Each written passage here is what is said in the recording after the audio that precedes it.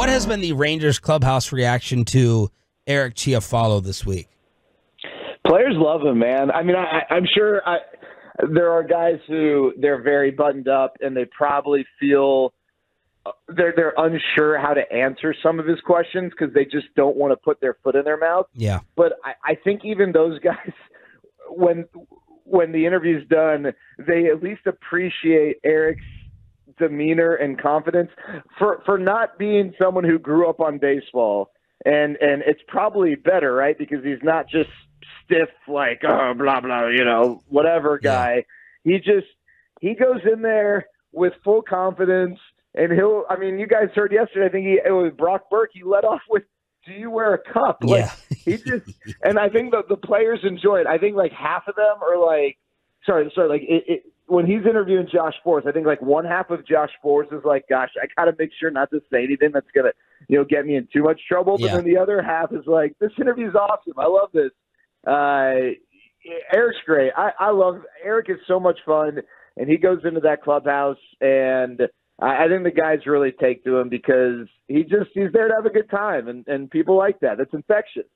Sports sounded, though, a little uncomfortable. He loosened up a little bit, especially at the very end when he and Chiafalo ended with this. Are you pretty out on the idea that Jared Sandler is going to perform well on TV this year, like the rest of us? I think he's going to be fine. We did a live one, and it went pretty well, so I trust his ability. Well, we definitely know who the best liar on the team is. It's Josh Spores, ladies and gentlemen, the champion. Thank you, Sporsy. Sporsy. Listen, I will tell you, I think KNC tried to do this with Dane Dunning.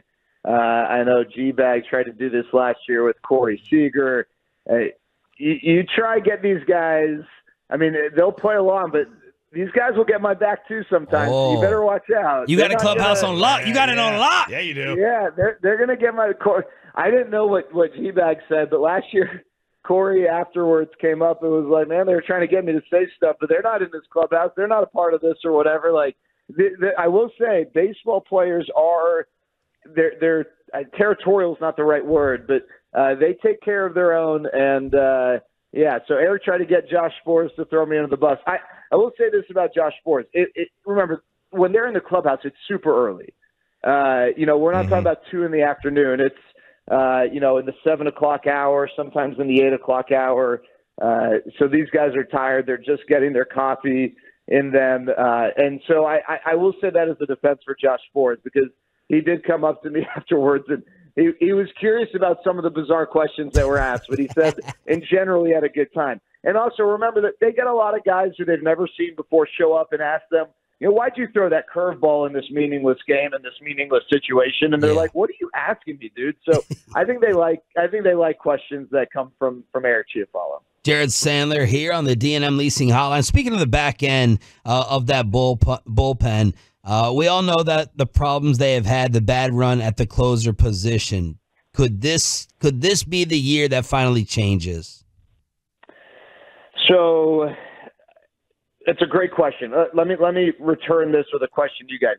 The last time the Rangers had the same primary closer for back-to-back seasons, or do you remember the name of that closer?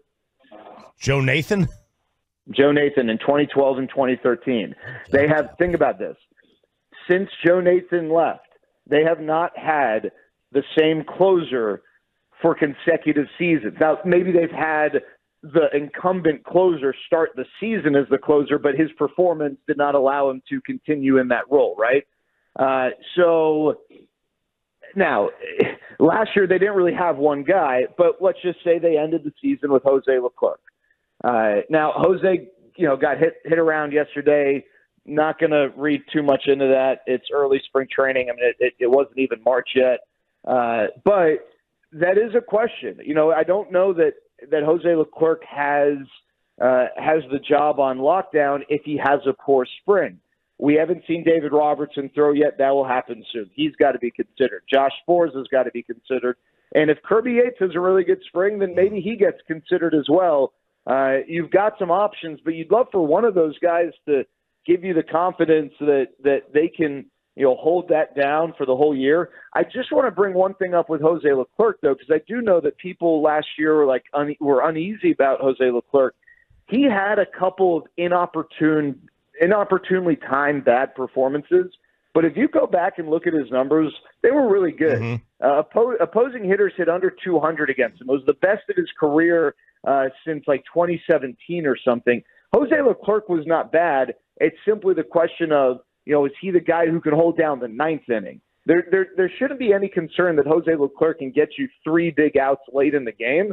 The question is, can he consistently do it in the ninth inning? Because we all know that the ninth inning is a different beast. But he did it really well in the postseason outside of the that Game 5 home run he allowed to Jose Altuve. Jared, is it clear? Last year was like, let's try to avoid the bullpen as much as we can. Is it clear right now that going into opening day with the injuries that the bullpen is the strength of the pitching staff? I think so.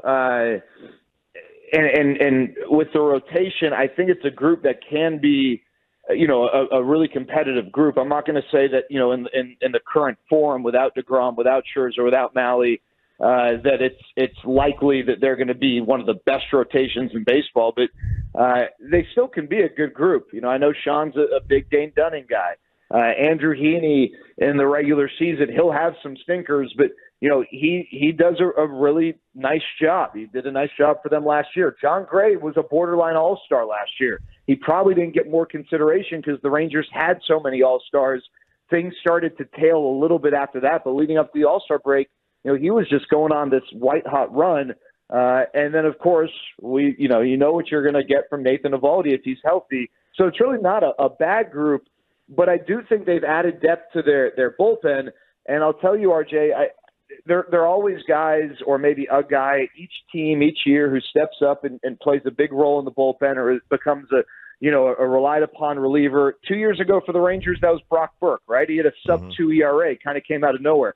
I'm really intrigued by the possibility of Mark Church, playing a decent role in this bullpen. And it's early in spring training, but Diego Castillo, who was at one point a really good reliever, had a down year last year. His velocity's back. And I really like Diego Castillo as, one of these minor league contract signings with an invite to big league camp who could make the team and contribute in the bullpen. So I do think that you're right. It's been a shift. I think the bullpen actually has more depth and is better prepared earlier in the season. I don't think, though, that the rotation is as much of a detriment if the guys stay healthy. We all know that is an incredibly big if, and the real questions with the rotation are not 1 through 5. It's more 6, 7, 8, 9. Who are the guys who are going to step in early if 1 or 2 of these guys, or heck, 3 of these guys go down? Jared Sandler, Rangers Insider, joins us here 105 through the Fan. All right, and it's so early. Hitters are probably still getting their eye down. Pitchers probably don't have their command. When can you start looking at how they're doing and kind of make judgments? It's tough. Everyone's different, right? So the veteran who knows he's going to make the team, Marcus Semien, he might be working on certain things. I'm not gonna, be concerned if he has a really bad spring. But then there are guys who they clearly are competing for a job, and maybe you look more into that. But I know with the Rangers winning the World Series, there are fans who, they're re-engaging, or maybe they're new to really locking in on baseball or the Rangers. So just a few quick things. One, in Arizona, you're not in a dome stadium like the Diamondbacks are. You're outdoors, so some pitches don't move nearly as well, especially breaking balls. So it's sometimes tough to judge pitchers. Also, pitchers aren't always pitching as closely to a scouting report. You'll hear a lot of pitchers say that they're just trying to get their work in by throwing some pitches, maybe in situations they wouldn't in the regular season. So, they're not – it's not that they're not trying to do what they need to do, but what they need to do is a little different in March than it is when it's the regular season. The other thing is there are countless examples of guys who crush spring training, and then it looks like the Monstars took their talents in the regular season, and then there are guys who have awful springs, and then they go on and they have a great regular season. So there's no correlation. I think there are specific things with guys. If a hitter is just constantly swinging at everything and chasing, probably not a great sign, right? You don't like to see that. If a pitcher's velocity is down, you don't love to see that either. Those are some of the things that I try to pay attention to because a guy could be white hot with the bat in March, but it just doesn't mean it's going to carry over in April. Obviously, you'd rather that these guys perform better than worse, but there's just no guarantees on any of this stuff. I need to give you a minute here to defend your boy because we got the Caleb Williams. Yeah, I didn't even text you the preview. Caleb Williams not showing his medicals, nonstop drama. We text about it. You went to USC. Talk about Caleb Williams and why the Chicago Bears should not be afraid.